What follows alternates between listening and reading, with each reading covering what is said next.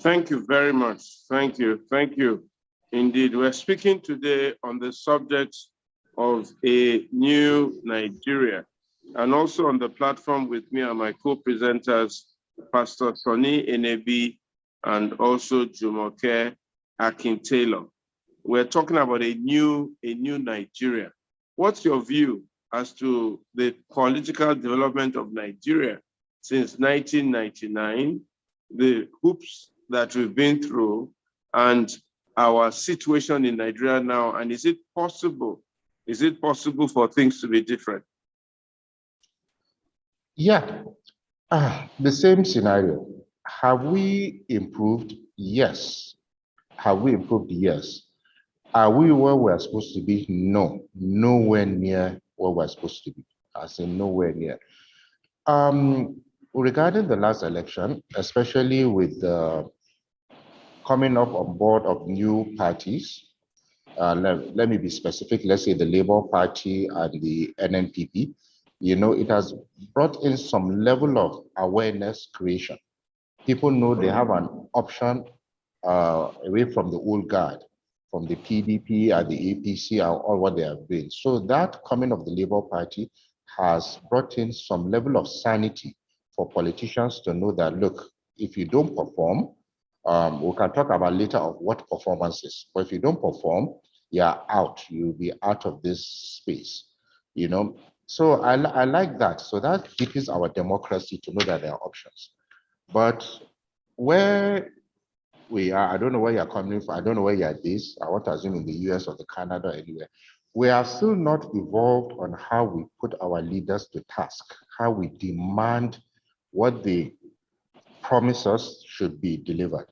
Just before we started this meeting, I saw somebody just sent me something that the federal government says they are going to remove fuel subsidy and that they never promised palliatives, for removal of subsidy.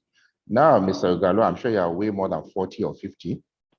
Since when have we been hearing government is going to build refinery, they are going to fix refinery, they are going to do this, they are going to do that? Let me even just take it from this government, 2015. When Minister Kachuku came in, I remember when he said, if he does not fix refineries within a year or two, he's going to resign. Now, that was 2015, 2016. We're in 2023. Nobody has resigned. Nobody has gone to prison. Nobody has been penalized. They said they are going to build 9 modular refineries. Not one has been built to today. No public servant has been paid, has been meant to penalize for not building those modular refineries. Our quota was supposed to be producing 2 million barrels per day, our OPEC quota. We have barely met 1.2, 1.3. And nobody has been penalized as well. So our system is in a way that it does not promote mediocrity, where we get those that can do the job to do the job. So in answering your question again, we can do much better, but a lot needs to change. When I mean a lot needs to change beyond our politics. Yes, everything starts from the politics. Our security, our economy, anything we need to fix depends on the kind of leaders we choose and the process of how we bring them. Now, the process of how we bring them, based on our kind of democracy, for me, is also faulty. Our kind of constitutional democracy, because it's popularity based on how popular you are or how many votes you get. It does not really address the mediocrity issue. But if you now look at other countries that have used the same type of democracy and have done well, it took much longer time, 100 years, 150 years to get to where they are. So this is my take on the current political situation on Nigeria. There is so much we need to do, but with our present political structure and how we do it, I don't think we can get to where we want to be in the nearest future. Thank you. Very good. I'm just going to ask you 1 or 2 more questions, and then I'm going to hand over to Pastor Sonny to take it from there. What do you think is wrong with the present political structure, and what do you think we need to do to build a new Nigeria? Yeah, we can't run away from the fact that Nigeria is multicultural, is multi-religious, and we have our different different customs, cultures, objectives, kinds of economies we want to run. For me, the simplest way that will solve so many of our problems, even with the security issue we're talking about at the economy, is to restructure the country. Now, restructure in the sense, not the way most politicians say it, not for that, not in that angle. Restructure in the sense where every state will be responsible for its own resources. Now, if we want to maintain this 36 states, fine. But I'm more of the view we reduce some states. Some states are just not viable. They are not strong enough because they need time to build their capacities, human development capacity, and other things. So you could actually mix some, make it maybe 30 states or 24. Some say, Dr. Alex Okome will say, no, go back to the regions. No, I think we can't go back to the regions now. They will be too big and too unwieldy and will be creating more monsters. So we could maybe say 24 states, merge them, but now whatever that state generates should keep its resources 100%, and agree on some percentage of tax to pay to the center to take care of the federal issues like borders, like the Army, Navy, Air Force, and things that have to do with the territorial integrity of the nation. Now that could be 5%, 10%. Let the states keep 90%. Now it makes them more responsible to do what they're supposed to do, because the states will now become more accountable to the citizens. No free money sharing in Abuja at the end of every month. That thing needs to stop. It breeds laziness. It doesn't make the states to be creative. Every state is endowed in Nigeria. And when you do that, it solves our intercultural, not cultural, our inter-ethnic problem. Where because nobody will tell you, oh, is this person that is taking your money in Abuja, or no, is this tribe that is responsible? So it brings more awareness. So that's for me, the first step, maybe the incoming president or wherever, or the new leadership need to do. They need to restructure this country in a responsible way. But my reasons are mainly for economic and security reasons. When you restructure in that manner, the states will be much more responsible, and you find that a lot of our problems, not all will go, but a lot of our problems will go down. Thank you. Do you really think so? I think one of the biggest challenges mitigating against the courage to restructure is this issue of the oil, that you find a lot of it in the South. And a lot of states that don't have oil feel a little bit disadvantaged and think that the South will be too advantaged beyond them, and we have a lot of oil money to splash around and all that. I think that is the critical fear that most of the other states have, or that's one. The second one, of course, is that those who are at the federal are the ones controlling the oil, and the monies they are making personally from that control of oil does not give them the courage to do this restructuring we're talking about. So I think those two things have really, really limited the courage at the top to do this restructuring. So I don't know what sort of method or mechanism everybody else can apply to push the restructuring, or what your thoughts are based on what I've said. Yeah, particularly you're being a bit diplomatic, is the elite. Is the elite that do not want this restructuring, because the non-elite do not even understand the benefits of the restructuring.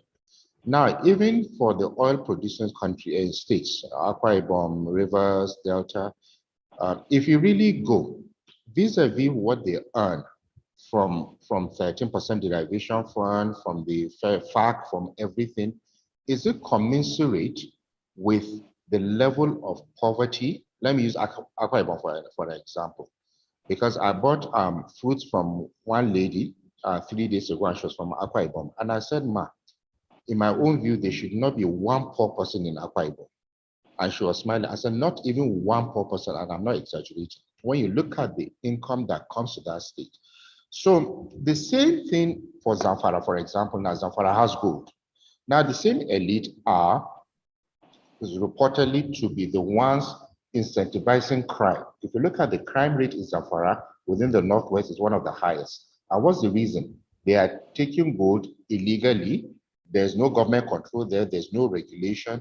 So we have to tax our leaders I think the only way to do this now is, for example, I'm sure President-elect Bola Ahmed Tinubu promised to restructure along this economic line. So it's now left for us to put pressure to explain to people that, look, it's the elite, because of personal interest, that enjoy this oil money that is being shared in Abuja.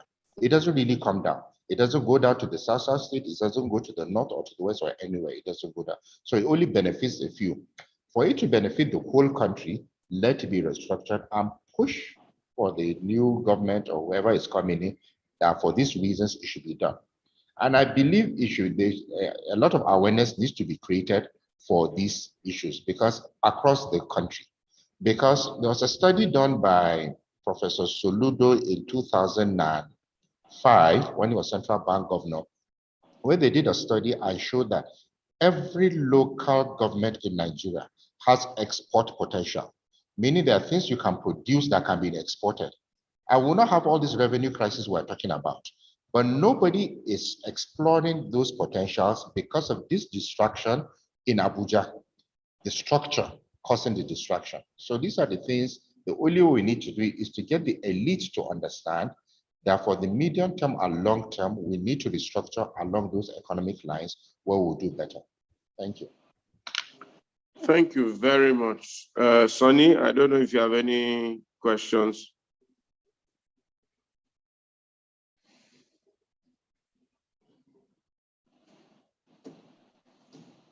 Is Sonny there?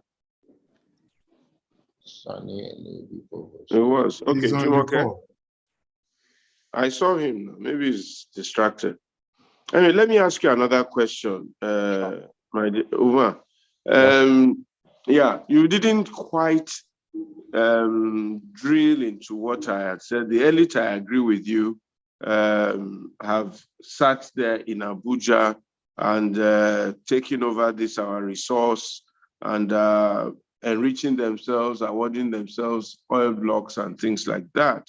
How do we, as citizens of Nigeria, how do other Nigerians that are concerned, how do we insist or get them to really do this restructuring if we all believe in it? Yeah, like I said, the only way you can do something major like that is through the political system we have. The political system we have is through the constitutional democracy we operate, where we vote candidates of our choosing. Now we have to, so that's the political parties are so weak ideologically. Now there's no political party that now you just look at APC, PDP, LP that you think, well, this is their direction. Ideologically, I'm talking about political ideology now. So the only way we can now is to task the leaders when they are making promises. Okay, you are making promises, are you going to restructure? Now, this restructuring, we do not even really understand it apart from those of us that are opportune to be aware of what it actually means. So there needs to be a lot of awareness creation for people to understand that in the medium term and long term is better. The only way you can get it is when the president or the political elite, let me not isolate the president now, is when the political elite agree to do it. And the only way they have held on to that thing, I don't see how they let go. So maybe we'll do it from a bottom top approach where we sensitize these people that, look, these people go to Abuja and coming back are not bringing any benefit.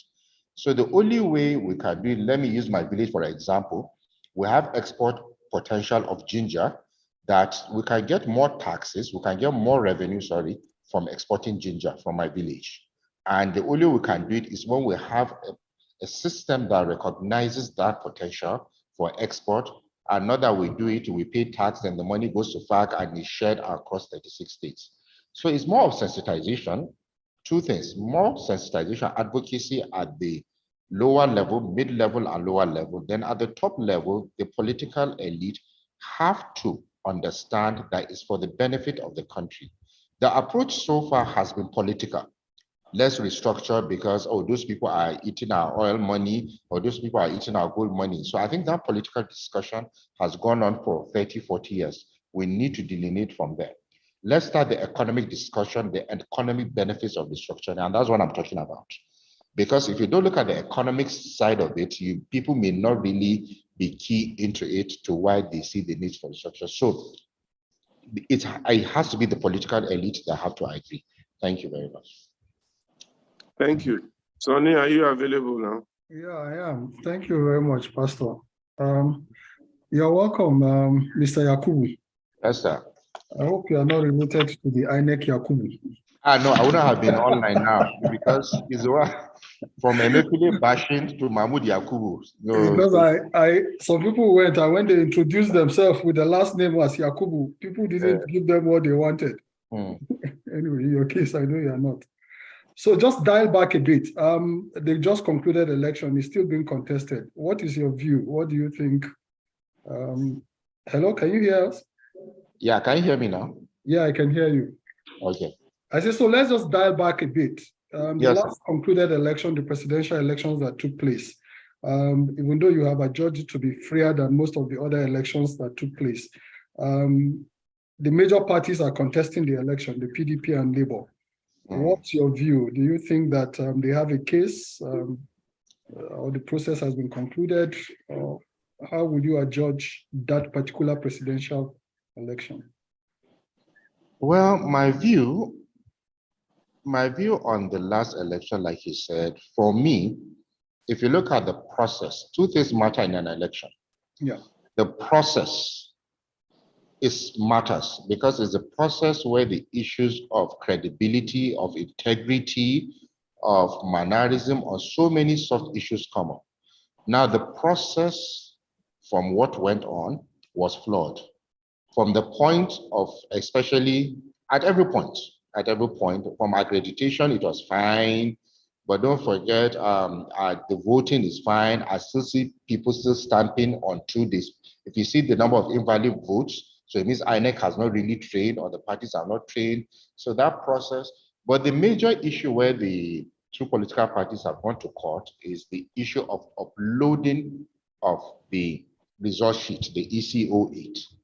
Now, what may surprise you is that as at 3 days ago, 94% of the ECO8 has been uploaded. But let's not forget, INEC promised to upload it immediately after counting has finished. Did they do that? They failed. So you see, the process was flawed. Now, did that determine the outcome of the elections? Now, let's leave the cost to determine that. But my view, I don't think so. Because most of those that have been uploaded, you can check it. People have been checking, is their polling booth result is one that has been uploaded. The percentage of those that has not been uploaded is there, or maybe there are some discrepancies, would be minimal. And when you look at the gap between all candidates, I don't think the gap is significant enough to have warranted maybe the second or third person to have been the winner. This is my own view from my own little assessment. Now, the process, was it flawed? Yes. If INEC invests so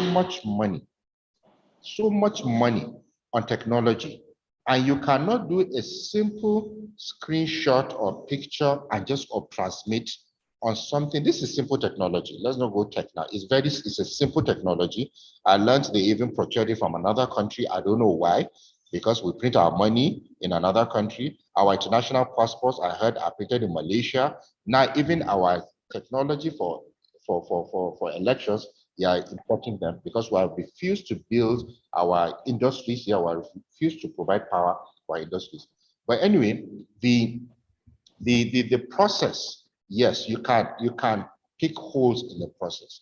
But could they have determined the outcome? I don't think so. So what they need to do is to improve on the process because they spend so much money. You can't spend 400 billion naira. At the bank rate, you're talking about close to $1 billion. You spend so much money on that, then you now come and the simple process, at the end of the day one election, I think like only 5% had been uploaded. No, that was too poor. Too poor. It's taking you almost 2 weeks to get to 94%. No, you can't spend that kind of money and give those kind of outcomes. So there's an integrity issue to even, I'm surprised people are not asking, why is INEC spending 400 billion naira on an election? to produce this. I'm more interested in the amount. That's what freaks me out. Sorry to use that language. Why are you spending so much money on this election? Not really to this. But this is my view. The outcome, I think, is fair. It was, if I were to score this election, we are way, way above average. But they need to improve on the process. And going forward, if there are advocates on this platform, we are never going to get it almost right, because we cannot get it 100% right until we infuse more technology. I don't know why Big Brother, all these shows, you see 80 million people voting online. 80 million. What's the other one in America? America Got Talent or something like that. American Idol, all those shows. You see there's a lot of online voting. So we must have a mix of those things that will improve the electoral process. Thank you. But just a bit of a follow-up to that. You talked Yeah. about this voting online, 80 million. This election has produced the lowest turnout since 1999. Yeah. Why do you think that is so, in spite of the hype before the election? Well, two or three things. One, that tells you that previously we used to overvote, because of course you see registered voters, 300,000 people that voted 500,000. We used to overvote. Secondly, because of the kind of poor elections we have had for the last how many years, and people have not seen change. And this is across the globe. It's not only Nigeria, African countries. You find that the voter apathy, people don't want to come out because they have not seen any change. Why should I waste my time? They have made the voting so cumbersome. Voting is supposed to start at 8. Accreditation is supposed to start at 8. INEC officials are arriving at 10, 11, some 12, some 1. How many people can withstand 4 hours of that? Unless you are very passionate about change, but it's not easy to get people. So the alternatives is to create alternative means of voting. In some countries in India, in the US, they give a whole week to vote with different mechanisms, but because they have secured a system of how to vote. So these are the issues. The voter turnout was very poor. I think is based on the history of that. Much has not changed. Much has not changed from the previous voting pattern. So that creates voter apathy generally. But now you see, with the excitement that has come, for example, of Labour Party now, and my prayer, I hope the candidates that won in the governor, in the House and the Senate of Labour Party, I'm not being partisan here, I won't tell you which party I'm supporting, but I hope they set examples, good examples of what governance should be. So that when they see, you see that people now know, okay, so this party can do this, because the first two parties, everybody knows they are kind of the same ideologically. So if they set standards of what governance should be, and people can easily, know, okay, this party, because this party has an ideology, will vote this party the next time. And other parties too should adopt. So this is how democracies develop, the competition, the healthy competition, and what have you. Thank you. Thank you very much for that response. So just going a bit further, I know you are sort of you are vested in security, and you live in the northern part of Nigeria. Buhari came on board with the mantra of... I live in Abuja. I don't live in the north. I live in the middle. You live in the middle. Yes. Well, geographically, I think Abuja is located where it is, and we know where that is. So President Buhari, the APC came on then in 2015 with the mantra to fix 3 basic things: the economy, corruption, and insecurity. I just want us to look at the security. Can you hear me? We can hear you, Pastor. Okay, no, I can hear you clearly.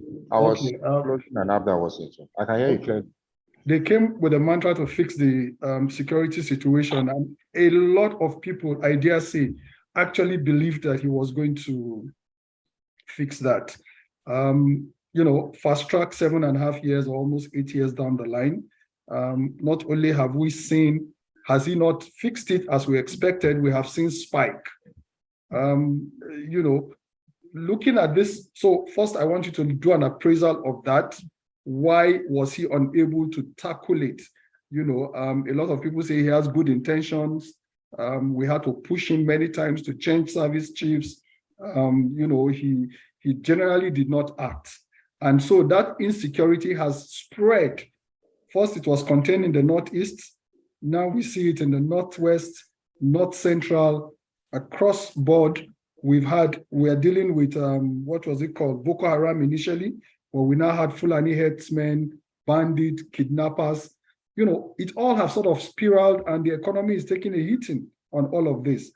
What happened? Why did that happen? And what would we be expecting from the new government, whichever one of them comes on board? Okay, this is a tough one. When they came in 2015, he promised security, economy, and anti-corruption, if I'm correct. Now, like you rightly said, the security, in fact, it got worse. The primary reason, there are several reasons, but let me start with the primary reason. The primary reason for that is that him or the political elite or his government have not understood that security, military security of 1983 or in the 80s is different from the kind of security we have now. We have the security, we didn't have, for example, we didn't have cyber crime in 1983 or 1985. Even if we did, it was minimal. Now it's an evolving security threat. We didn't have the kind of terrorism we're talking about in the 80s or the 70s. Now we have raw rag terrorists blowing up places. Banditry was not the type. Kidnapping was not done in Nigeria maybe 20, 30 years ago now. So the philosophy, starting from the philosophy, when you understand that security evolves, it keeps changing, that you have to now have people with the capacity to be adapting to that evolution of security. Now, one aspect that is not a solution is a military type. Most of our type is anytime we hear security threat, we push soldiers. I don't know whether you live in Nigeria. Elections now, we have soldiers on ground. Elections, we have soldiers on ground as per security, because we are looking at the aspect of physical security. Now, Nigeria is about 123 square kilometers. You have neighbors, Niger, Chad, Cameroon, Benin Republic, then we have the Gulf of Guinea. Now, most of our security threats, the ones you mentioned, for me, 80% are external related to these borders. The three countries that, three crimes or security challenges that countries do not want to have, that are difficult to control, even those that are well resourced, like the US, is arms trafficking, human trafficking, and drug trafficking. When you have a problem with these three, you are going to continue having problems because their multiplier effects is not something we can do in the next 1 hour when you have these three. Now, does Nigeria produce arms? We don't. The icon is near dead. It's not producing much. So all the arms you are seeing in this country, as done by Ambassador, there was a commission that was done, a research that was done about 3 years ago, where we have, I think, about 18 million, I'm not sure of the figure, but about 18 million small and light weapons. Now, this is dangerous for any country. For not producing, in the US, they produce arms. Now you are not producing anything. You have 18 million unregistered, undocumented. I don't even know how they counted those numbers. Now you are definitely going to have those security challenges. Now, from a military perspective, is to get somebody with the arms, arrest, detain, take to court. Have we thought of why not secure your borders properly? Now, when you secure your borders properly as you should, where your exit and entry points as you should, you are not going to have this problem. Or you reduce it because everybody manages it. I'm not saying it's easy. The same thing with the drugs, because once you are having the arms trafficking problem, you see the drugs will be flowing and the human trafficking issues will be going. That is why before you see, sometimes they see some terrorists all the way from Senegal, for example, will come here, some from Chad, some from all our neighboring countries. So I feel he didn't do well, or the last government did not do well because they were applying a militaristic solution to contemporary security challenges. And if you look at most security sector institutions, have that same mentality. the approach to solve the security problem is to use the military force solution. And it may not be so. There are several ways. So probably I think that's why they failed. Secondly, emerging threats came. Kidnapping ballooned. The kidnapping has started. In fact, it went haywire. Banditry, armed robbery. In fact, armed robbery became secondary. It became a small security challenge. Now you see they were overwhelmed and overstretched. Now started sending, recruiting more policemen. How many policemen are you going to recruit in a year? Where are the resources anyway to recruit? Let's say they said, I think 10,000 in a year. There was IG Arase, if I'm correct, said 10,000 policemen there. How many are you going to recruit, train, equip at the rate at which the insecurity is growing? You are not going to keep up.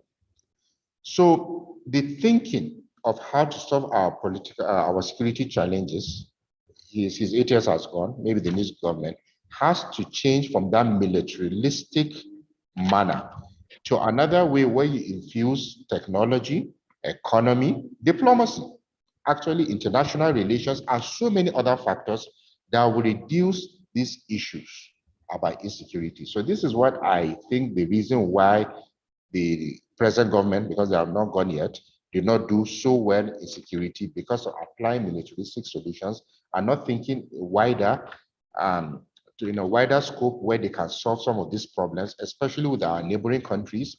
This is a country that cannot control smuggling of oil, Mr. Sonny. Oil is something you can only transport in a tanker. There's no other way you can transport it. So imagine they will tell you, the same government will tell you 2,000 tankers leave our Nigeria every day for Benin Republic. I mean, come on. That's why they can't control the fuel. They will start bringing the fuel subsidy issue. The only way to solve the fuel subsidy problem is to remove the subsidy. Because public officials that are being paid salary cannot control oil tankers that is this big. A tanker takes 3,000 liters, and you cannot see it. You cannot find it in the broad daylight, 2,000 trucks per day. So you see, and it's a security threat. Now imagine those tankers, if you have 2,000 tanks of fuel that can go out, imagine 10% of that coming back with arms. Just 10% from border control. Simple border control, that is the responsibility of the immigration service. So these things are intertwined, they are mixed, and of course, it boils down to the leadership problem. When you don't have a strong leadership that understands these issues, you are going to have these problems. Thank you, sir. Great. Great. I mean, you have put it so well. I mean, so we are still talking about the problems. So the issue is, are there solutions? Do we have leaders that can tackle this thing head on? So if you were to look at the three candidates, again, I'm bringing you back to the politics of it because this is where we are. Whatever happens, one of the top three candidates will occupy the seat, either the man that has been declared or the two who are challenging him.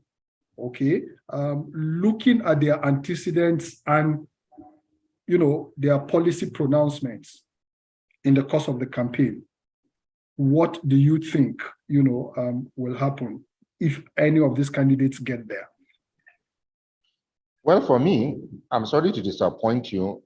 For me, none of the candidates can do what is required for this country. I'm sorry to disappoint you. All of them, the top four, let me refer to the top four now. What any candidate, any of them decide to do is to restructure the country in terms, not for only the political reasons. The political reasons are good enough, but for the security and economic reasons. Now, example, a state that is bordering, let me use the north, for example now. Katsina borders Niger. Borno borders Chad. Now, Katsina is 100% self-reliant. They are not going to have ghost workers. They are not going to be sharing money anyhow because they know you structure the country in a way where what Katsina produces, I'm just using an example. What Katsina produces is what they keep and pay 5-10% to the center for whatever reason. Now, if you know you have that is what you generate from your farming, from ginger or whatever you produce, is what you use to sustain yourself. do you think they will allow any Nigerian to enter our border? I don't think so. They'll solve the problem on their own. The same from Benin Republic side, where 2,000 trunks can just go out, and you know that coming in of those, it kills your own economy. Nobody is going to allow those things to happen. They will be responsible. I'll give you a story, but even though this is being recorded, this happened years ago. Arms were coming in from Libya, and to come from Libya to Nigeria, they have to go through Chad by road. And every time our ambassador at that time was asking, I'll not mention the year, was asking, why are they allowing the arms to come to Nigeria? And what was the response of the Chadians at that time? That the arms are not for Chad, so what is their problem? What is their problem? Why should they stop it? It's for Nigeria. The endpoint is Nigeria. Now, when you know it's coming to kill your economy, maybe through Katsina or Borno or wherever, and it's coming to kill your means of income, you are relying on fish or whatever you are relying on, I'm telling you, you block those arms from coming. Right now, we're living in a situation where every man's problem is no one's problem. Or is it no one's problem is everyone? Nobody just cares. Nobody just cares. There's no personal responsibility. And the most efficient way to get people responsible is when it bites your pocket.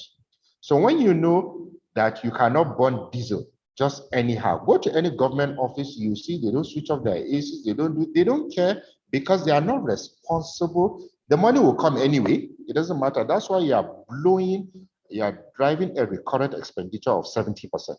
70% recurrent expenditure is spent on government, 30% comes to us. And even on the 30% capital, how much percent do they implement? Even on the 30% that are given to the remaining of us, you find out that just 40% implementation, 50%. So government is too juicy now. It's too juicy for much to happen. So when you now restructure, sorry, I keep hammering on restructuring, but I'm looking at it from the security and economic point of view, not the political. When you do it, you find out you are solving a lot of these problems because personal responsibility is shifted to the states. For me, that is the easiest and short-term solution before we now build on other issues when you properly restructure. So the candidate that has let's use our Nigerian language, that has the liver to do it is the right person. The person that will have the courage to look at it, not from politics, wherever it comes from, to do that, the country is better off when you structure the other issues in a manner that is economically beneficial for everybody. Like I told you, Professor Charles Soludo said, every local government has an export potential to export something. So everybody will now be much more responsible. This is my view on this. Thank you. All right. Before I allow Jumoke to jump in, I can see she's getting ready. A lot of these candidates have spoken about restructuring. I think the only problem is we didn't ask them, because people say restructuring means so many things to different people. But we have had them speak to this particular issue of restructuring, which you have sort of dwelt on here today, whether it is restructuring the police, allowing states to have their own police so that police can be purely in charge of civil internal issues and allow the military to deal with, aggression from the borders and all of those things. Right now, we have the military in almost all the states of the Federation involved in internal security. So that could be one form of restructuring. And indeed, I don't know the fourth one, I think the three top contenders have mentioned that this will be on the burner. But the issue beyond the candidates is the legislation. Do we have the right caliber? Because if they do not push it through the legislators or through legislation, it won't happen. What should we, the citizens, be doing to ensure that the legislators that are there necessarily do not block that when it comes? Because sometimes you see that these people are the people that block it. So what should be our role as citizens? How do we engage them to make sure that this thing that you spoke so passionately about, happens? Yes, sir. It still boils down to the bottom-top approach. And I'll refer you to a small example. About 4 years ago in the US, I was watching it where they were debating about the gun control. I think it was after Sandy Hook shooting, one of those shootings, and the lobbyists, they have so many lobbyists, but the gun control lobbyists managed to get senators to not pass the bill, for identification. I think that was the discussion then, just for identification, because there were issues about just present an ID before you buy a gun. And those were representatives of the people that were killing their own citizens. Now back to Nigeria, the same thing. Our process, the only way now to select, let me go to the minimum House of Representatives.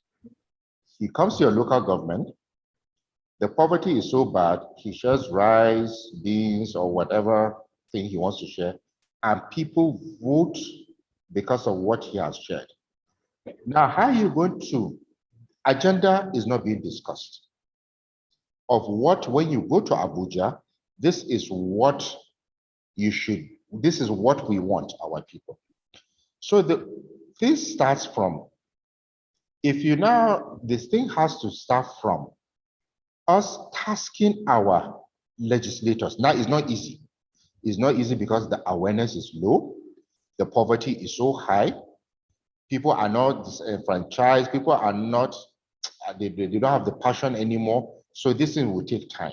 When you send your senator, when you send your House of Representative member, when you send your state assembly member, you have to now give him an agenda, objectives, things to get, things to vote for when it comes regarding our people or our local government or our own interests. That's how every democracy does it. So it has to start, the platforms like this now are good. If I could pose a question, or if you could pose a question now, how many people, I can see 103 people. Now, how many people know the name of their local government chairman? I can tell you, Mr. Sonny, they will be less than 10%. Now, this is where the problem starts from. You don't even know your local government chairman. You don't know how much budget goes to your local government.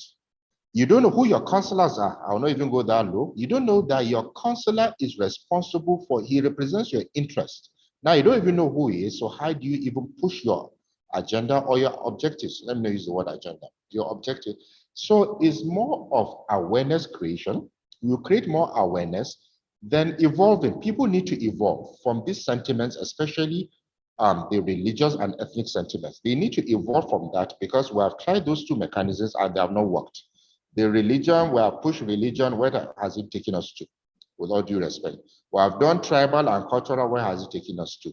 We have to develop a system where the system is fine, but the candidates must be based on merit. And merit can only be measured on what you have done before. The hard issues, what you have done when you're in public office or as a private person, and the soft issues, your character, your well-being, how you relate with people, all these things matter. So with that way, when the party system get the right people, now that right, you find out people struggle to define what is right, what is the right candidate. It's a host of so many issues. So we have to, every party, every society, determine what the right candidate is, and we push those people. That is the only way we can get the change we have. Now, can this thing take place in 1 year, 2 years? No, it takes time. So we have to continue doing with the work you are doing. The African Leadership Series is good. Continue building the capacity of people, and they're evolving to do the right thing. Thank you. Okay, thank you. We'll have a few people that want to jump in and ask questions. I will, Jumoke, I will let Jumoke take that. We have, the way we do here is that we have engagement. People may have something to say to what you have said, or they may actually have an outright question for you. So if Jumoke is on the platform, I will hand over to you to handle the question and answer session. Okay. If Jumoke is not ready, are you there? Okay, we have Alex. I will take the first three people: Alex, Ariji, Samuel, Dada, Fumi, Ajayi, Tomori. You have questions or comments for Mr. Umar. We'll unmute you to ask or make your comments. Okay, so Alex first, you can unmute yourself and ask your question, yeah. Yeah, good morning or good afternoon over there. Yeah. My name is Alex. I just have I want to add to what the gentleman just said. Yeah. That the elective representative that we have, I discovered one thing, that most of them, they were selected by the governors. And as a result of that, they have power on them, whatever they want to say or they want to do over there. So how is it going to be possible, or how can we do it in a way that those governors, we won't allow them anymore to select those representatives that we have both in upper and lower houses? Thank you, sir. Okay, thank you. I will take Samuel Dada. Just note that Mr. Yakubu, at the end, we will be able to tackle all the questions. Samuel Dada, go ahead with your question or comment. Thank you. Yeah, thank you so much. It's more or less of a comment and question. Thank you, the guest. You've spoken very well. I love your submission when you were asked about the three major candidates. You included the four major candidates. You see that none of them can restructure Nigeria. Until Nigerians that are really have the interest at heart understands this, that the political system we are running now is a political system of individualism, where somebody believes that he holds the power, he can make somebody to become somebody in Nigeria, not working for the interest of the country. Until most people that are having interest of how to build a new Nigeria start understanding this, that in our political terrain, none of them is going there, being a representative or a governor or whatever, has the interest of working for the nation. Now, sir, what do you think, since you believe that these guys in the political terrain can offer us anything tangible to build a new Nigeria? Don't you think it is high time? Because I go into the generational level of, we need a generational shift of political people in our system, majorly people that are below 60 years. That is, people that have been born after or during the Civil War, that went to a better school, that needs to rise up right now and form a very strong coalition of young ideas with other people. We have many candidates like Adebayo Shuwore that came on board in the last election, that most of you, the guests, can work with, so that we can start building a nation of our own and leaving out these old political rogues that don't have the interest of the nation at heart. Somebody just said it now. Your councillor is not picked by you. They pick them for you. So they can't run your business. They can't work for the common interest. So what are you thinking in that direction? Forming a very strong coalition. Because if anybody thinks that the four major candidates on ground will do anything for Nigeria, they are just wasting time. These guys are not there for anybody. So I'm just asking you, are you working in that direction? Working with younger generations of your age in building a new nation where we can have mouth and say things that pertains to our life, instead of waiting for one old man to tell us what to do. Thank you. Thank you very much, Samuel Dada. I'll take Fumi Ajayi Tomori, and then I will come back to the rest of the issues. Yeah, Fumi, go ahead. Unmute yourself. Okay, go ahead. Uh-oh. Were you muted again? Okay. Okay. Good evening, everybody. Thank you, Mr. Yakubu. Your lecture has been very surprisingly enlightening. And I like your frank, many of the questions you answered impressively. And I like your position that you are not quite comfortable with any of the four candidates. But now we have no choice. One of them is going to be president. And given the extent of decay in our system, economically, socially, institution-wise, we have to do something in the next 4 years. What do you think of a government of national unity? What do you think of whoever the president is, to dialogue with the society that we're in dire strait and we need to change on leadership by example so that we can move forward? Even on the petrol subsidy, you said, some people, he has to convince the people that the alternative, investing in education and in healthcare, is much better than fuel subsidy.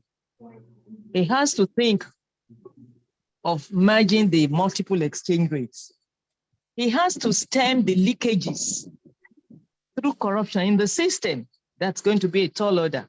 What do you think of these issues in the next 4 years? Okay, thank you very much, ma. Umar, you want to take those first 3 questions? I'll come to you, Charles and BC. Yeah. Yeah. Let him just take that. So Charles, hold on. BC, hold on. I'll come back to you. Umar, go ahead and address. Okay, thank you. In my response, I'll just be giving you to what I think the solutions are. Our problems are well documented. We can build 10 encyclopedias of what our problems are.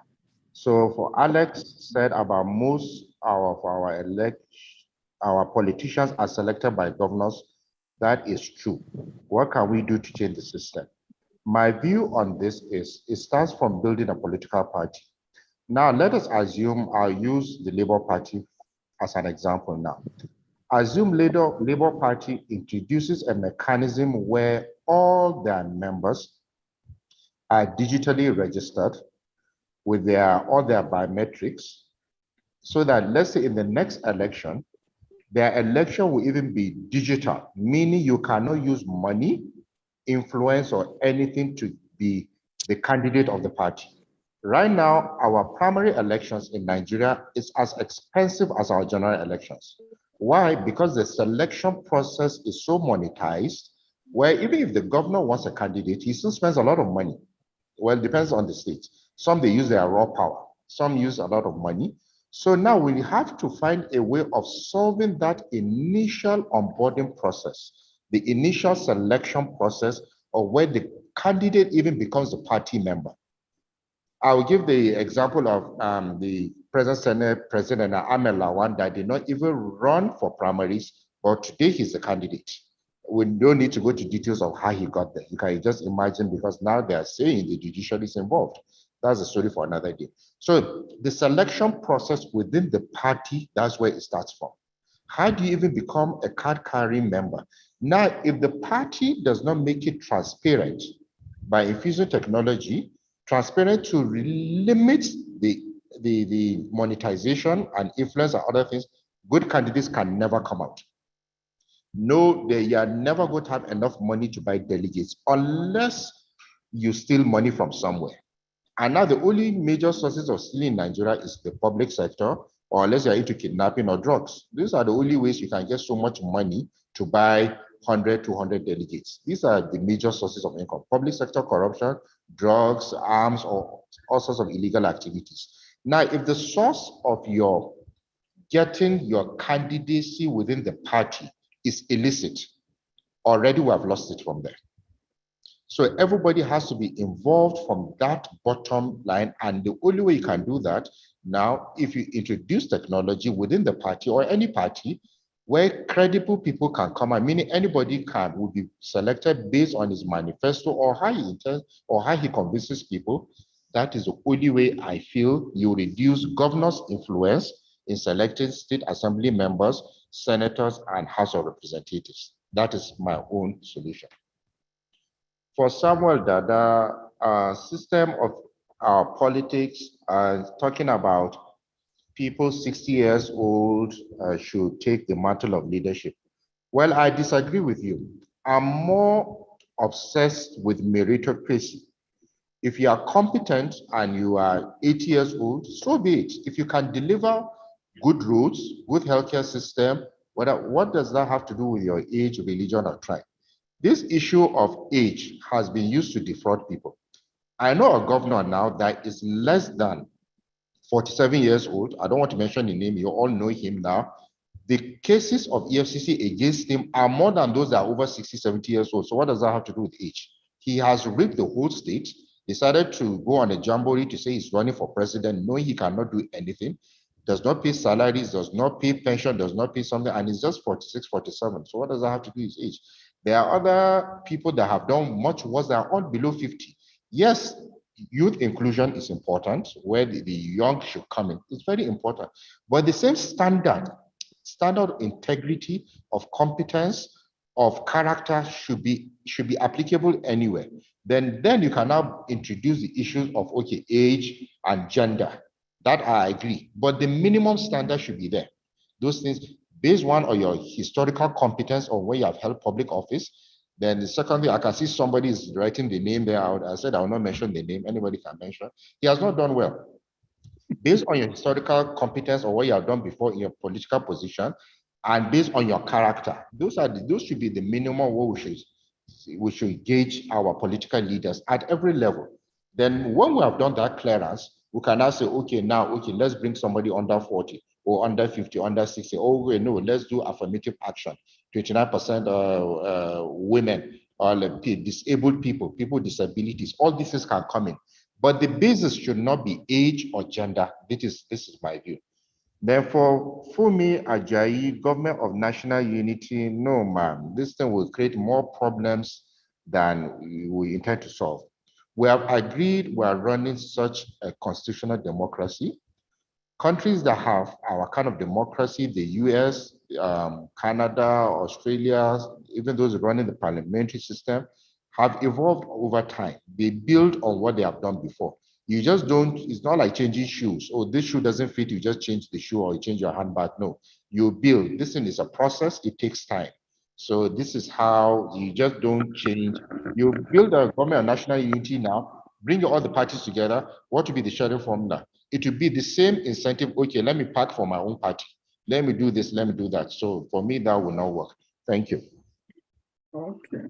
Thank you. Jumoke, are you ready to take over? I think Charles and BC are ready to ask their question, but I hand over to you. Thank you. And we have some questions in the chat as well. So thank you, Mr. Yakub, for your time. And we'll go ahead and take Mr. Charles, and then we'll take Madam BC, and then a couple of questions from the chat. And then I have a couple of questions of my own too as we round up. Thank you. Mr. Charles, please go ahead. Okay, thank you, JT, and thank you, Mr. Yakub, for your excellent presentation. I applaud you for standing firm and challenging that notion that things should be based on age and all of that, and not competency. Okay, well, that said, there is, somebody said what we have in Nigeria is more or less like a recycling process. And that is the fact that somebody will finish as a governor or as a governor, they want to become a senator, and then the next thing they want to do is to run for the bigger office. And what you have is the people who are ruling the country today are essentially the same people who have been ruling the country for the past almost 60 years. Whether they were in military uniform, then they come out and wear civilian uniform, and it's almost become so monotonous that it's very difficult to break through that cycle. Now, one thing that came out of this election, good, bad, or indifferent, we hope that the judiciary will be true and actually apply the rule of law, is the fact that there's now, whether we like it or not, a credible third party that can challenge the APC and the PDP, so that they don't continue to overload their presence on the common people. There has been too many promises made. Let me go quickly to my question. You talked about overvoting in the past. Is there any data that you can point to that shows that the voting in 2023 was different by geographical dispersion or by breakdown across the 6 geopolitical zones? If you have that, it would be interesting to see how that breaks down. Number 2, the second question I have is, given where we are now, is it not too early to continue to say that there is a government in place when there are so many consistencies between the actual voting and what the INEC gave us, presented as the outcome? Does it make sense to now say, yeah, we have a government, we have a ruling government, when the results are not so, they don't seem to be very authentic? Thank you. Thank you. So we are going to take a couple more. I'm going to take Terence Benjamin because he had his hand up for quite a while. So, and then we'll take Miss BC and then Barrister Kachi. Go ahead, Terence. I've asked you to unmute. Unmute yourself and ask your question.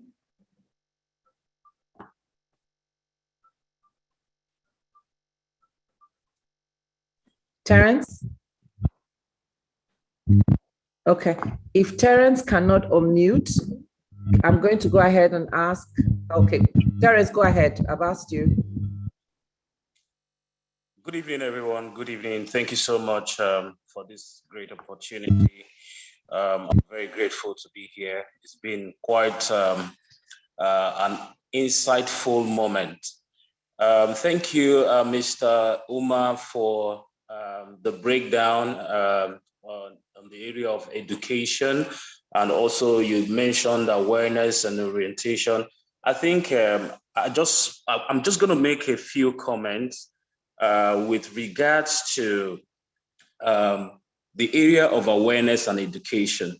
The current state of our country with the irregularity in our leadership structure, there is no way restructuring can actually happen without we looking at the root cause. Virtually, most of our young people, which contribute the highest number of the population in this country, are currently unemployed. These are the same people we are crying for restructuring for. And these same people are not even in the right frame of mind. All of these young people are thinking of either cybercrime, just like you mentioned cybercrime, the way it is today in 2023 is not the way it was in 1994, 1995. So what has happened? Over time of leadership failure, recycling the same old people with the same lies and failed systems. So what can we do to look at dealing with the issue of pulling most of these young people out of poverty, creating an empowerment structure that will help them to be skillful, and more importantly, most of the people leaving secondary schools, because this is where the leadership is. This is where the transformation is, because at that level, that is where they have that mindset of, oh, okay, I could do cybercrime and become wealthy or become rich or survive in a country where the system has failed. Then we look at the young girls coming out of secondary school, and the only thing they are thinking about right now is hookups.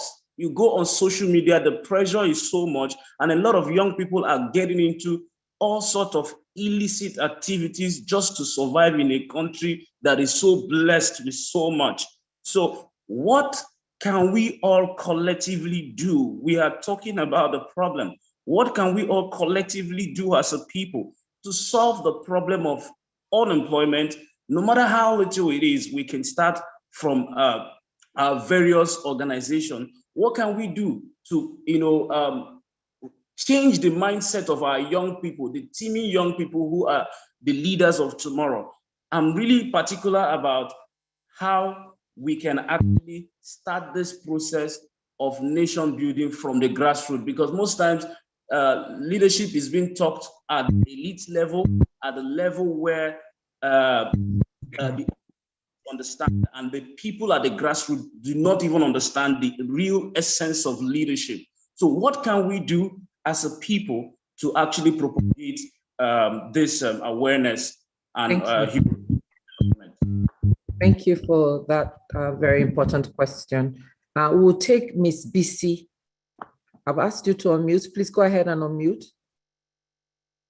Go ahead. All Thank right. you. Thank you very much. It's not actually Ms. BC, it is Mr. BC. My apologies, Mr. BC. Thank you very much. And I'd like to appreciate the leadership of the group. And of course, it's been quite elucidating listening to Mr. Umar. There are just three quick things I'd like to mention. I believe this platform, it's a very, very respectable platform. I would therefore first want to appeal to those who are either sending information on the chats or making comments for us to be, to do us well by being civil in our languages. There are a few comments on the chat rooms that tend to denigrate some personalities. and I don't think that is necessary, knowing fully well that this is a body that is with a mix of different political persuasions, over and over again. So that would just be on a general note.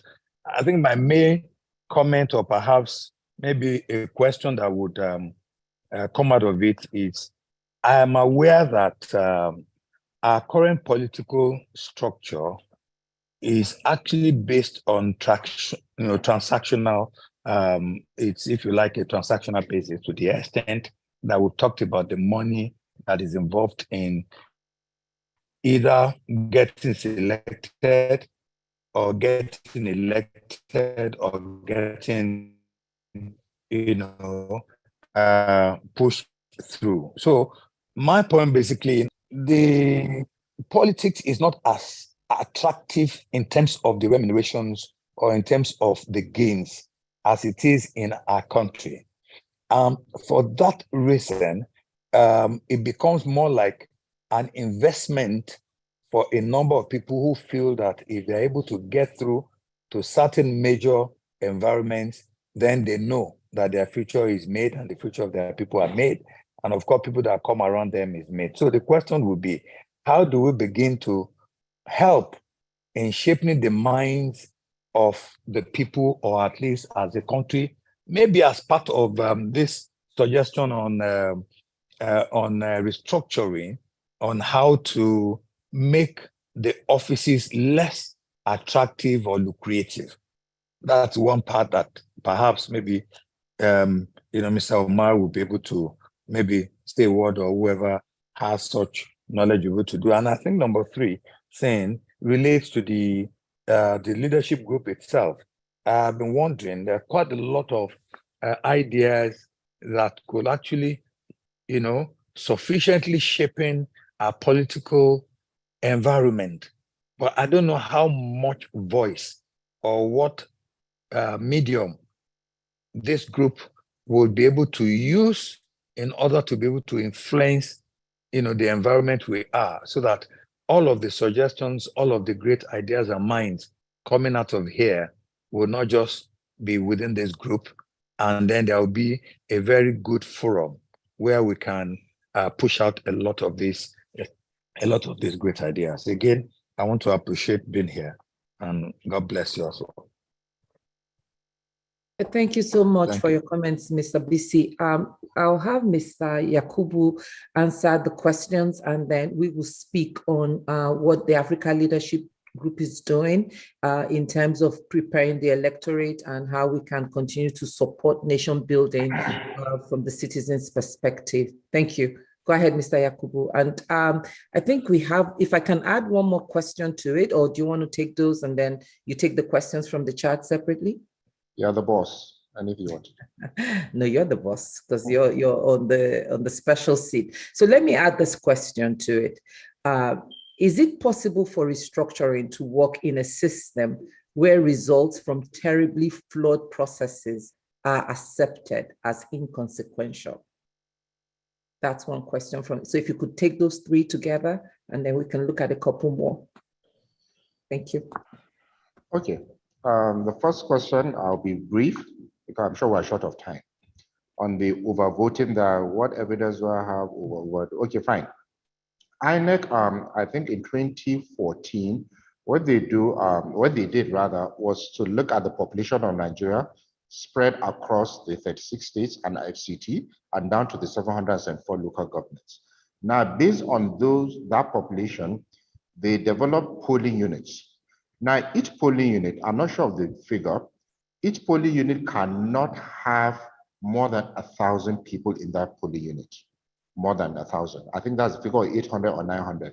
Because when you do the little math, when assuming an election start at 8 a.m. right on the dot, the time it will take you to be on the queue, register, take your beavers, thumbprint, and drop, I think they calculated about 2 minutes or so. So when you do the calculation, you find out the maximum number of people that can vote in a day, assuming they start at 8 o'clock and close, let's say at 4 or 5, cannot exceed those 800 or 900 people. So the basis of each polling unit is based on this small data that I just gave you. I'm not sure of the numbers of the timing, but that is the foundation. So now that in a way eliminates overvoting, because when we, in 2003 and 7, when we used to have 2,000 voting in a polling unit where only 1,000 were registered, for me has been eliminated. It has been eliminated. And when you look at the results, you find out that accredited, you see 800, voted 300, then the results will start trickling in. So that helped. Secondly, apart from European countries, most developing countries and underdeveloped, you find that the total voting is a pattern, global pattern. You find that it hardly exceeds 50%. That's why you find that even this our last election, once you see 1,000 in a polling unit, you find that the maximum number of people that voted will be 500. Apart from a few states that you saw, maybe Labour Party recorded more than 50-60%, that could be attributed to the enthusiasm and how people really wanted to vote for Labour Party. So that could be a factor instead of the APC and PDP, but the standard pattern is less than 50%. So for me, overvoting has been cured to a large extent. Now, for example, now overvoting, if it takes place, two issues. It means the party agents have been compromised from all parties. Because if somebody overvotes, a party agent of party A, B, or C is supposed to say, no, sir, this polling unit has only so number. So why are so number of people voting? That is one. Two, INEC rule says that if any polling unit submits a number in excess of the people registered, that polling unit is cancelled. And that one is very clear in the Electoral Act. So that is for that question.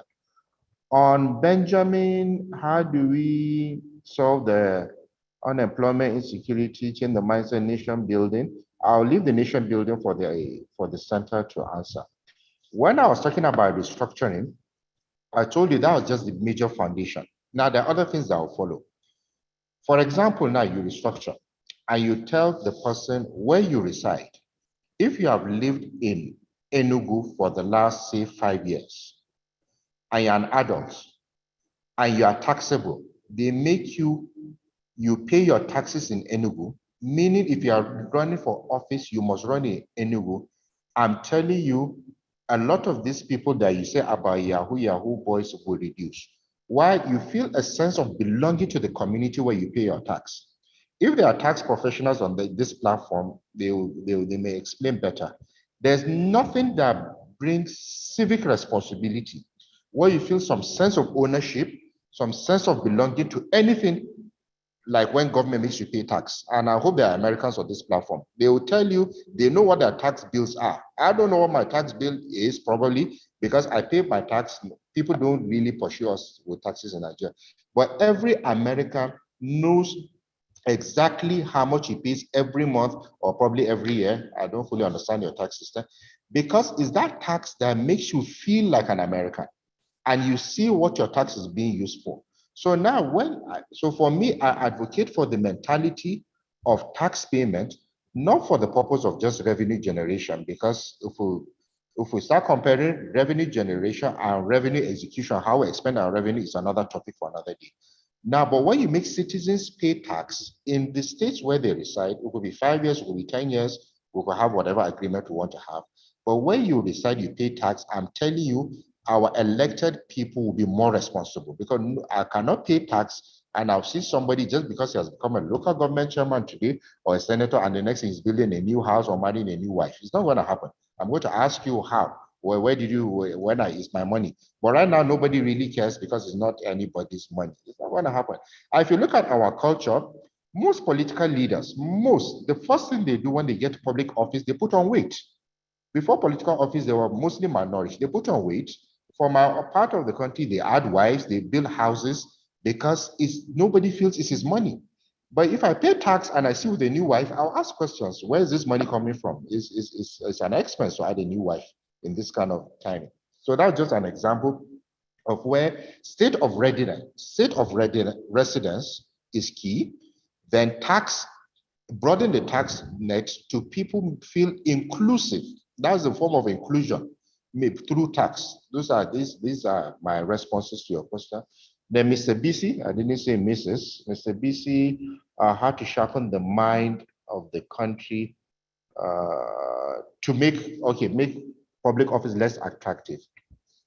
2014-13, there's what they call the Oronsanya report, where he itemized about 500 federal government agencies. Now, out of this 500, they are the ones draining our 70% recurrent expenditure. Most of our current expenditure was going to this public service.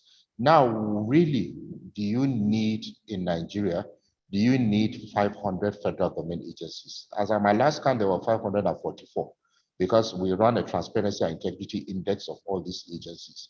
You don't. When you check the report, which needs to be updated, by the way, you find there's so much duplication.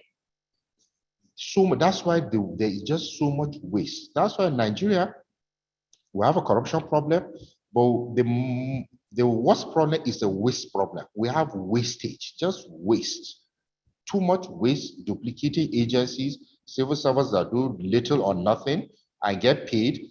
Then on top of that, for example, now we have had 6 months of no fuel. Not one single civil servant has been penalized or has even bothered to come out to explain why we have fuel scarcity. Now, this is just fuel. I can duplicate this for every other problem we have. So, and the reason for that is because there's too much free money going to these civil servants. So the first thing to do, of course, after when you restructure, you have only the necessary government agencies. You cannot just blow them because you don't even have money to keep them anyway. So you can't even have them, even if you want to. Secondly, the patronage system will automatically go. You cannot just employ people for your village because you are just a new DG. It will not happen. It cannot happen. So that, in a way, brings efficiency to a certain degree. I'm not saying it doesn't have its own problems, because now we are pushing the problems from the federal to the state. The new monsters will now become the governors now, but they are closer to the people. So the more integrity issues will now push them there. Let me, just to answer that question again, I'll take 1 minute. I run a center called the Center for Fiscal Transparency. You can check the website, www.fiscaltransparency.org. What we did in the last 2 years was just to tell government agencies at the federal and state level, you made commitments to the United Nations Convention Against Corruption. You made commitments to the World Bank, we take loans from there. We made commitments to the IMF and so many international instruments.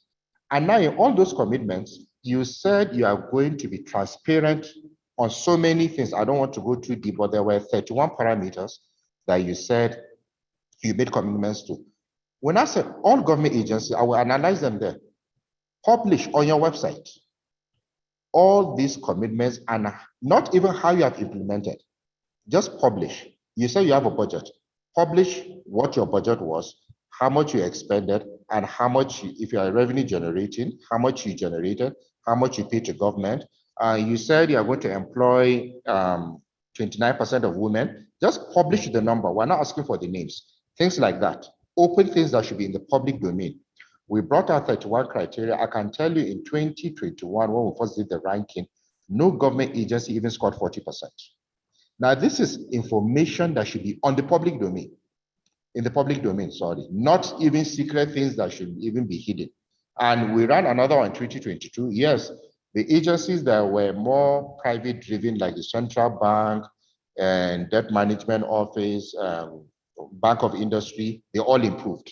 But those core agencies where the wastage goes on, all those ministries, commissions, go and see, nothing there. And those of you living in the diaspora, go to any government website, you find out most are empty. You don't even get the information you need. So now you want to come and invest in Nigeria, the Ministry of Finance is not even giving the requisite information you need. So these are the things I just wanted to highlight to that. I think that's the last question. Madam, your last question, already your premise on the question is faulty, because for me it's faulty because you said the process was flawed. And I think maybe you didn't come. I told you the process had a problem, but I don't think the outcome would have really changed. Because if you look at the INEC process, where they failed were basically two issues: uploading of the data, real time, as you said, they failed. So, but I will not term it as woeful. And I don't want to score it because I'm being recorded here, because I'm not partisan. I'm not partisan anyway. None of the candidates fits my own criteria. But I feel we have improved. The process could have been better. We should do it better next time. Especially the amount of money we spent on the elections was way too much to produce what we just produced. So it's not, we could do better, but yes, the process was flawed, but I don't think the outcome would have really changed because INEC has uploaded 94% of all the ECO8 on the website. Anybody can check it. And you find out most of the discrepancy, I've not really heard anything significant based on what was recorded in the polling unit and what was uploaded. This is my observation. I'm sure other people have other views. Thank you. Thank you very much, Mr. Yakubu. And so my question is going to be the last one, and then we'll begin to close, and we'll speak a little bit about ALJ and the initiatives that we have towards nation building and how you can get involved. So you are one of the 8 members that developed the National Anti-Corruption Strategy to be implemented by the Office of the Attorney General of the Federation between 2017 and 2021.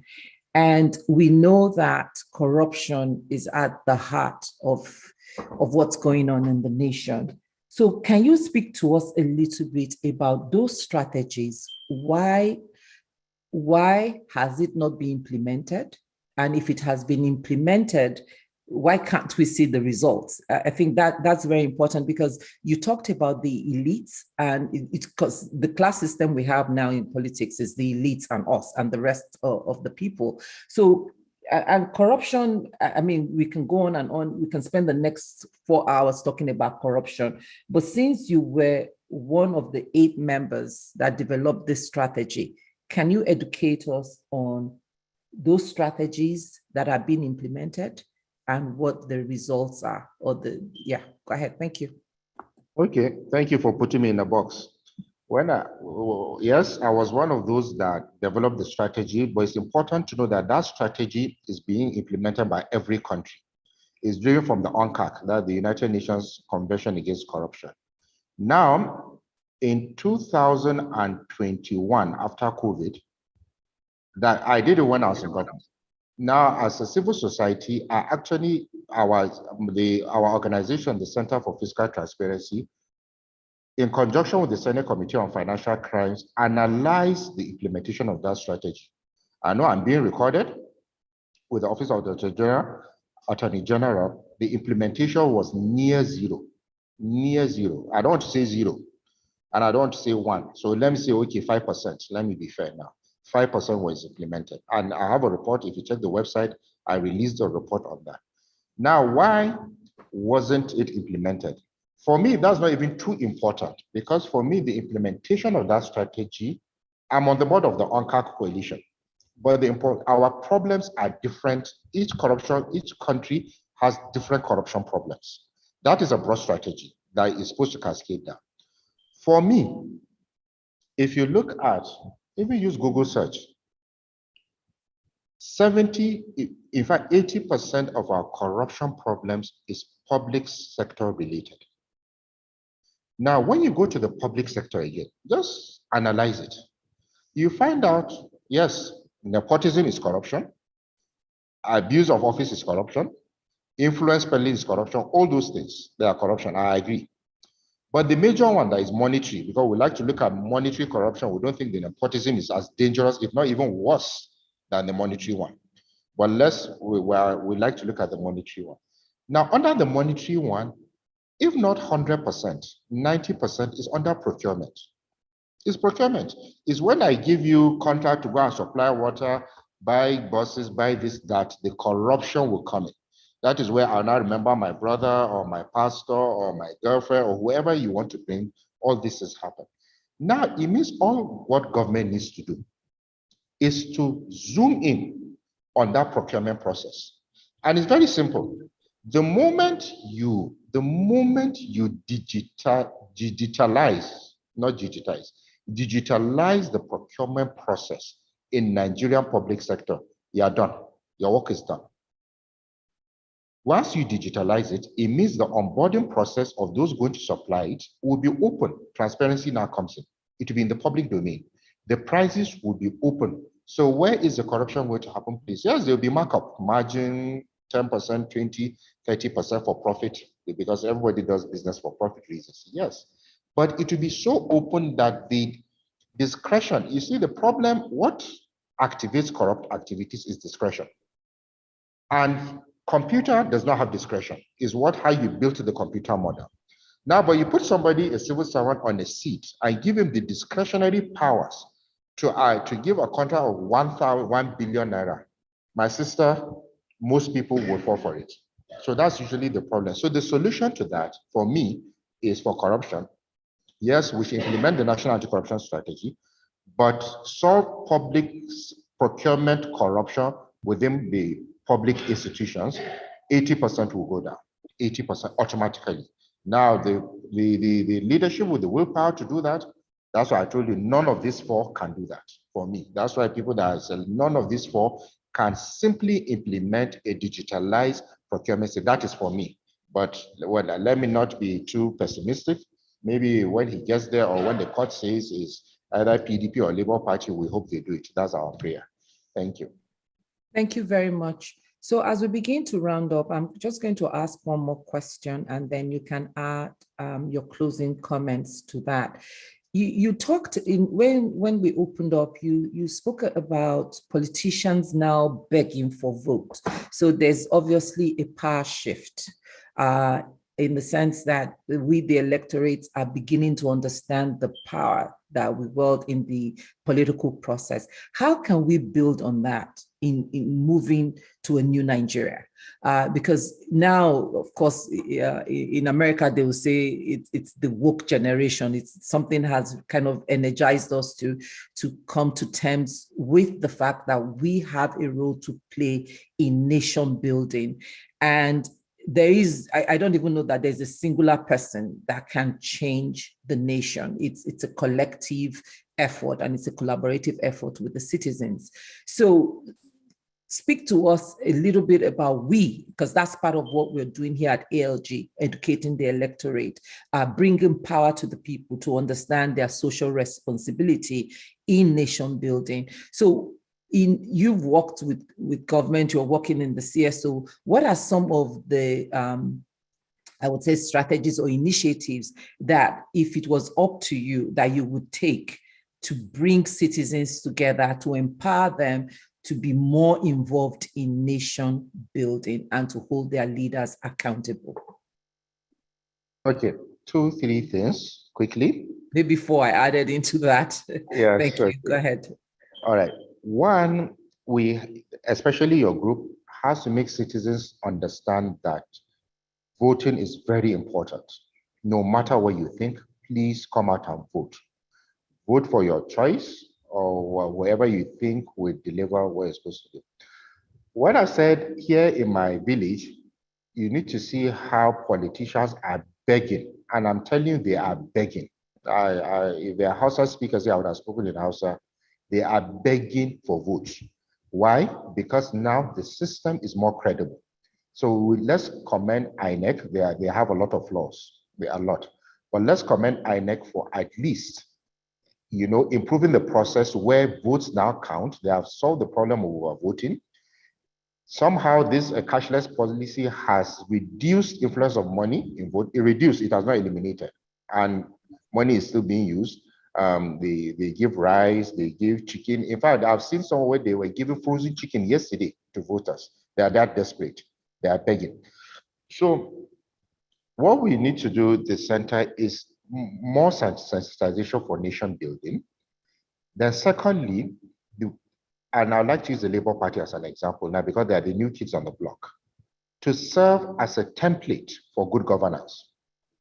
Template, wherever you are Labour Party, example, or the NNPP, maybe both of them, when they see you, because they are like a symbol now, they see the difference in terms of governance, in terms of articulation, in terms of the kind of bills you present at the National Assembly or the State Assembly.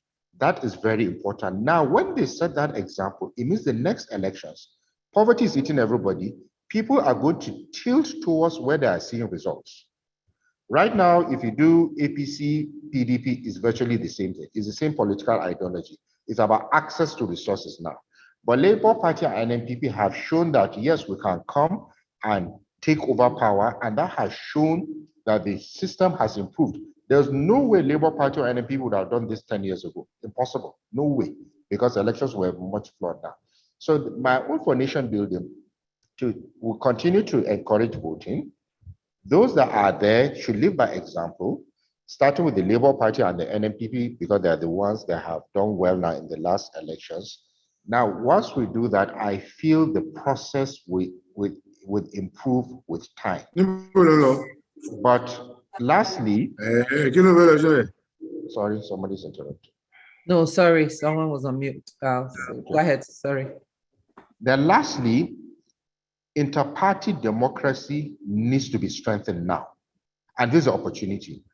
The Labour Party and the NMPP, or all the new parties, need to have strong internal mechanisms where only the best can emerge within those parties, where they remove money. And I think I give an example where if they digitalize the process and use technology, you find that even those of you in diaspora can actually vie for an elected seat because the platform has been enabled using technology.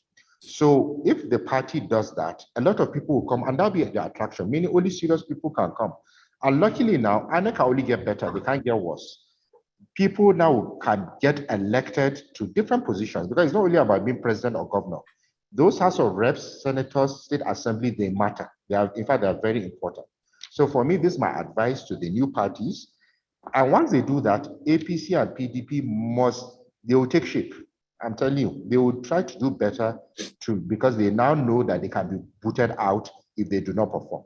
Thank you. Thank you very much. I think I have just one hand up, and that's the last one we're going to take.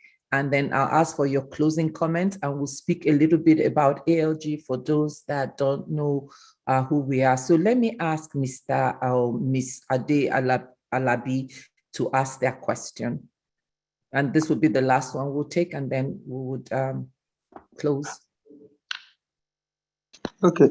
Yeah, thank you very much, Mr. Umar Yakubu. It was an enlightening day. Kudos to you, sir. Thank you. Yeah,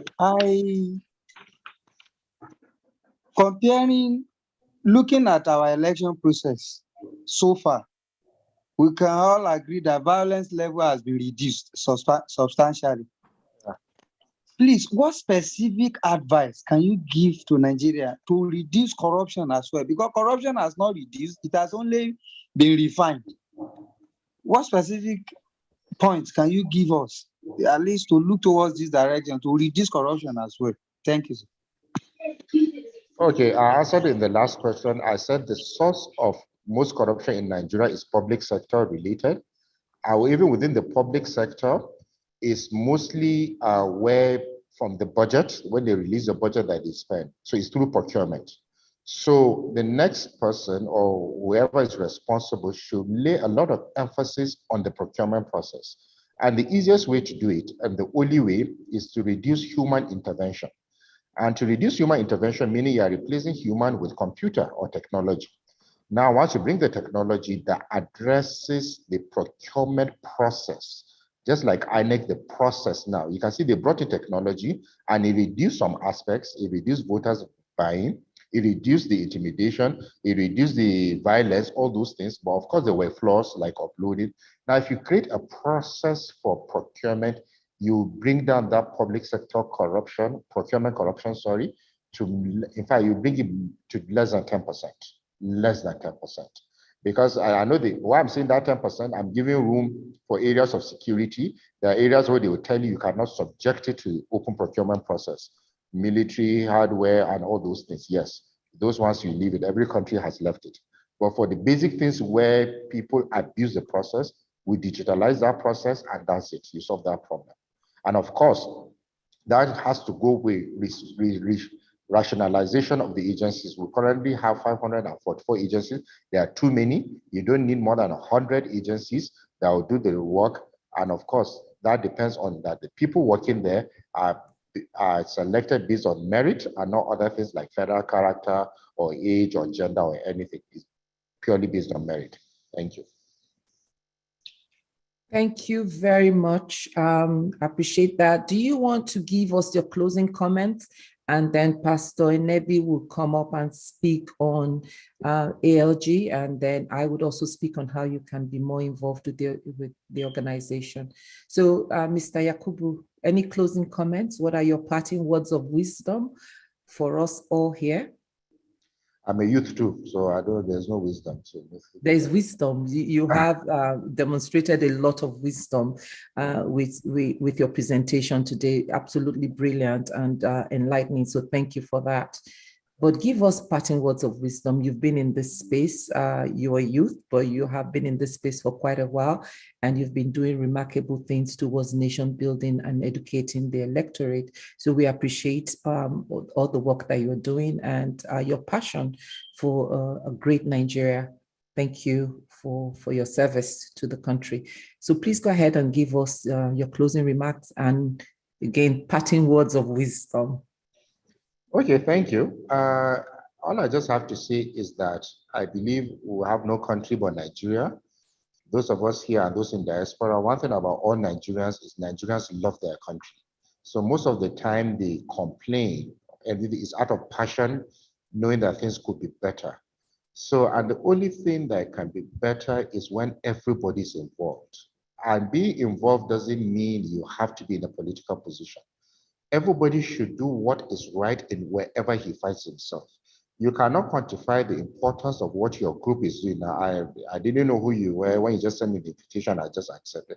But you won't understand the impact of what you are doing until, it's not tangible. People need to just be involved in nation building, participate, whether you're in the office, wherever you are. Secondly, we have tried this thing for the last 40, 50 years. Mixing tribe and religion in governance has not yielded any result. So what I would plead that whatever one is doing, if we could remove those sentiments to the background, nothing is going to change your religion, nothing is going to change your tribe. They are fixed. But to understand that those factors do not necessarily ensure that you have food on the table, you have healthcare, you have access to education, good education. Once we remove those sentiments, I think would move ahead. That is even the advice I want to emphasize on. Then thirdly, please, I know IBK has been pushing for diaspora to vote. Be involved in nation building. Let us not think of the federal.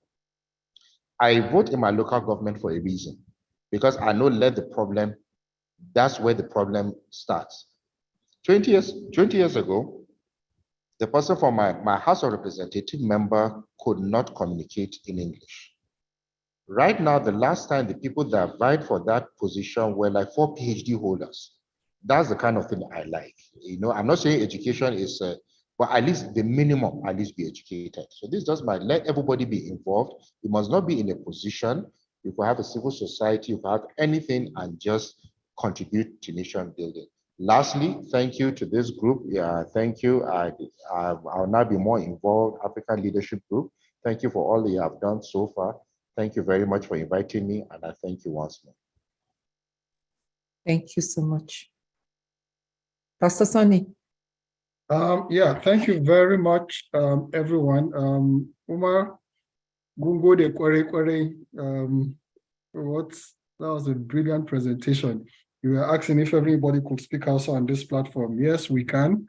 We are Nigerians, and we are from many parts of Nigeria. We are born and we grew up in many parts of Nigeria, including the north. We really want to thank... now, that's why.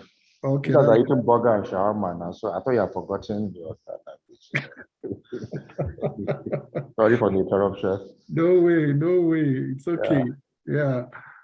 We really want to thank everybody for attending this talk today. I think I want to give kudos to everybody that has been part of this journey. We started about 2 years ago, and the whole idea really was to endanger a shift in our public policy engagement, in the way leadership is being recruited right from the political party level to engage the people and how people vote. We brought a lot of people on this platform. Over 100 people have spoken on this platform so far, and they have provided many ideas. Some we have implemented, some we are still in the process. And I think, like we said, the process of nationhood, it's a marathon, building a good nation. We cannot get there in a day. The elections have come and gone, and I think to a large extent, I would say we have achieved part of the purpose for which this group was set up. We may not have gotten everything we wanted, but we definitely have done more than 50%. The job is not over. Post-elections, we still need to hold our leaders accountable. And this group will be in the forefront of leading the people and setting the templates for what we need to do to hold these guys accountable. Jumoke will be telling you how you can be part of this group, what areas you can contribute in, but this is our determination, this is our focus, and this is what we want to do. We must get it right in Nigeria, and the journey has only just begun. So thank you very much for attending. Jumoke will tell you how you can be part of the process and what we do. Thank you very much. Jumoke, over to you. Thank you. And as Pastor Sonny said, the vision of the organization is Africa, to build Africa as that continent that it was destined to be. And if we get it right in Nigeria, we get it right in Africa, all of Africa. And it's really a collaborative effort of that synergy between the human capacity that we have and the natural resources that we have to develop the continent. Now, in Nigeria, everyone knows how great we are, how blessed we are, both human and natural resources, but it hasn't really been harnessed for the good of the country. And we at Africa Leadership Group, the visionaire, Pastor Ituah Ighodalo, he's in a better position to articulate it, but I'm going to try to really present it the way he usually does, is to build that shadow government that kind of looks over the shoulder of the government and the activities of the government and make sure that Nigeria has a voice. It's often said that Nigeria is like an orphan that does not have parental care, but we want to step into that role and be that advocate for Nigeria, for Nigerians, for the good of Nigeria. And part of what we're doing is we have different committees, the different sectors that we begin to look at what the policies are, whether it's in health, education, security. And this, we bring the expertise together to review those current policies. Where are the gaps? Where can we improve? And even measure the implementation. One of the things that is really lacking for us is we don't lack good ideas. That's something we do not lack in Nigeria, but implementation and the process hasn't been fully developed. So we want to work with all the experts in developing that process that we can use to implement these great ideas that we have, work with the government, work with private sectors as well, both the public and private sectors, to really build the nation that works for all Nigerians, irrespective of their tribe, their political affiliation, their religion, or even their political zone. So that's what we are about. There's a way you can get involved. There's a form in the chat, and just fill that form. We'll get in touch with you. And you can serve in one of the committees, like we said. These committees are looking at what policies work, and we're using the SDG goals as a reference point that will begin to look at what works in Nigeria. And the last thing we did just before the elections was we developed a leadership assessment tool, which to help the electorate take a critical look at their leaders, using, and I like when Yakubu said he's more focused on merits than on age or any of those labels that kind of put us apart. So we developed a leadership criteria assessment tool that looks at the different leaders based on whether it is their education, their qualification, their experience, their corruption level, and all kinds. Like it was like a 7-point agenda. So that is just the beginning, and that's what we are going to be rolling out going forward. The other initiative we're working on now, which will be rolling out shortly, is an academy on 2 parts: a public service training. I know that there are some out there already, but ours is also going to be with a twist. We're also going to have an academy for citizens on social responsibility. The reorientation of Nigerians is critical. For so long, we've taken the backseat to nation building. So this academy would help us get more involved, give us the tools we need to advocate for the policies that work for our communities and for Nigeria as a whole. So there's a lot that is going on. We have very committed and passionate members. All of you are here on this, and you come every Thursday to be part of the process. So we really appreciate you. And it's a continuous process. We do this every Thursday. And the more informed we are, the more empowered we are to begin to make the changes that we need in moving Nigeria forward. Nigeria will be great again. It's on that path. We've seen that. There's a shift, and we'll continue to do what we do with the help in collaboration with people like Yakubu and all the other civil society organizations that are in this space. So we thank you for your continued participation, and we look forward to engaging you more. Please go ahead and fill that form. And you can also visit the website. I put the link to the website in the chat as well, and also the YouTube, but you can get in touch with us through the form and also through the website. We can also put a couple of numbers here if you would rather just contact someone directly. Pastor Luke, can you put your number in the chat, please? The number for ALG in the chat, so that if someone wants to send a text, go ahead and do that. And we're also working on a diaspora right now, because we know that that's also important. There's a lot to say. So maybe another session we can speak to what ALG is doing, the goals, and the way forward.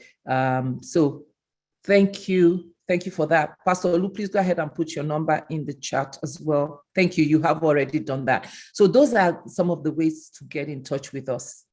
Thank you. Any other comments, Pastor Lu, Pastor Sonny? Do you have any other comments before we close? No. Thank you very much. Time well spent. I think Umar raised his hand while you were speaking. Maybe he wanted to say something. Oh, okay. No, but she has concluded, and when she was saying something, I apologize. Okay. Before this election, my center sent questionnaires to all the aspirants on how they raise money for their elections. If you go to the website, you check. None of them has responded. How do you finance your elections? And it was deliberate. I think the closest we got was from Shori, and he said in the public space, he has a car, start from disclosing your assets. Sorry, I'm bringing this back. I apologize. Disclose your assets, disclose how you intend to finance your campaign, because most of the time that's where the problem starts from. So I just wanted to say that. I didn't know I had raised my hand. I apologize. But in our own discussion, when you talked about the leadership assessment tool, this is one of the criteria. How do you even raise money to do this? And so we can discuss that at a private level. Thank you very much. Thank you very much. I will be calling upon you as well for our academy on citizens and social responsibility to be a part of this journey. I think we can do this together as a collaboration of the civil society organization. So really thank you for your time. I know it's been a few weeks, we've been going back and forth. So for making the time to do this, really appreciate you.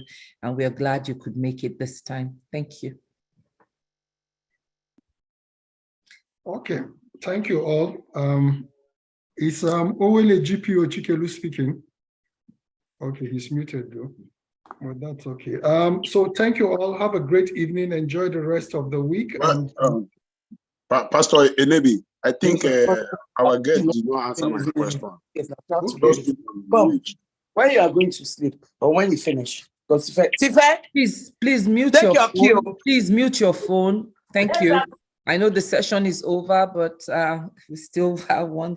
Please go ahead and mute your phone. Thank you. When I said about generational shift, I was not saying that we should go for age in that regard.